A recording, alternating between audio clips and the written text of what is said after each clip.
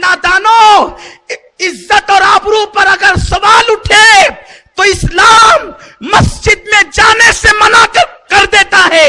تو جو مذہب آبرو کے تحفظ کے لیے مسجد میں جانے سے منع کرتا ہو، وہ مذہب آبرو کے تحفظ کے لیے ہوٹلوں پہ جانے سے منع نہیں کر سکتا، بازاروں میں جانے سے منع نہیں کر سکتا، پوائنٹ پر جانے سے منع نہیں کر سکتا، تجارت کی منڈیوں میں جانے سے منع نہیں کر سکتا، چوپاٹیوں پہ جانے سے منع نہیں کر سکتا.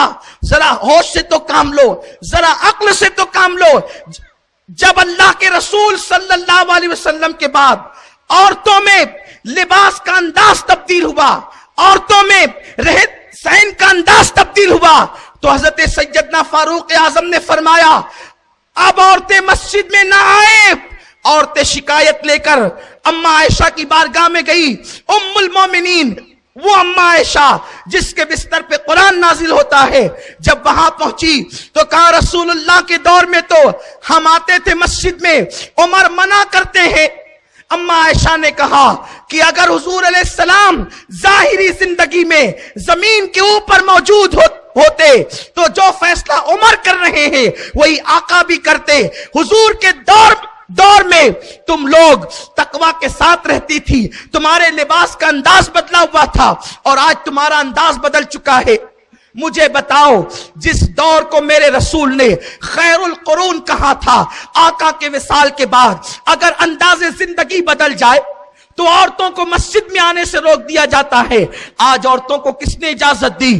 دریا کے کنارے گھوم رہی ہے، ہوٹلوں پہ جا رہی ہے، ہائی وے پہ کھا رہی ہے، جھولے جھول رہی ہے. نادانو، جھولا جھولنا یہ ہمارے لیے ہائی وے پر نہیں ہے، جھولا جھولنا یہ ہمارے لیے جنت میں ہے. اللہ نے قرآن میں بیان کیا کہ وہ لوگ جو دنیا میں ایمان لانے کے بعد نیک عمل کریں گے، تقوی اختیار کریں گے، اللہ انہیں جنت میں جھولے عطا فرمائے گا. وہ جنت میں جھولے جھول رہے ہوں گے، وہ لوگ جنت میں تکیے لگائے ہوئے آرام کر رہے ہوں گے، وہ لوگ جنت کی نہروں سے لطف اندوز ہو رہے ہوں گے، وہ لوگ جنت کی محلوں کا لطف اٹھا رہے ہوں گے. اے خاتون جنت کی کنیزوں، سنی دعوت اسلامی تمہیں قیدی بنانا نہیں چاہتی، سنی دعوت اسلامی دقیانوسی خیال نہیں رکھتی. یقیناً ہم زمانے اور حالات کو اچھی طرح جانتے ہیں اور اسی کے مطابق جینا اور مرنے کا سلیقہ بھی جانتے ہیں. لیکن یاد رکھو، عورتیں جب تک کہ گھر میں رہے گی مثل خوشبو کے جیسے خوشبو شیشی میں رہتی ہے، بوتل میں رہتی ہے تو اور خوشبو محفوظ رہتی ہے، اور جیسے ہی خوشبو بوتل کے باہر نکلتی ہے تو بکھر جاتی ہے.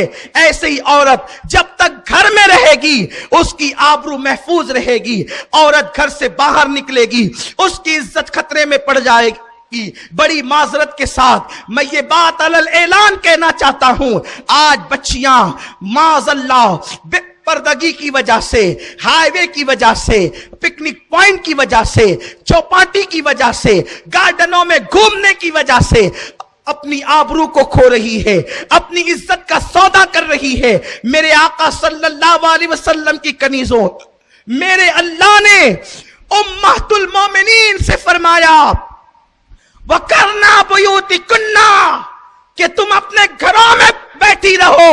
ارے جن کے بستروں پہ قرآن نازل ہوتا تھا ان کو کہا کہ تم گھروں میں رہو. جب جن کے بستر پہ قرآن نازل ہوتا تھا ان کو کہا کہ گھروں میں رہو، تو تمہیں باہر نکلنے کی اجازت کس نے دی؟ اور باہر وہ بھی حج کے لیے نہیں. حج کے لیے تو جا سکتی ہو، عمرہ کے لیے نہیں. عمرہ کے لیے تو جا سکتی ہو. عورتیں گناہ کے لیے گھر سے نکل رہی ہیں، مسلم عورتیں برائی کے لیے گھر سے نکل رہی ہے.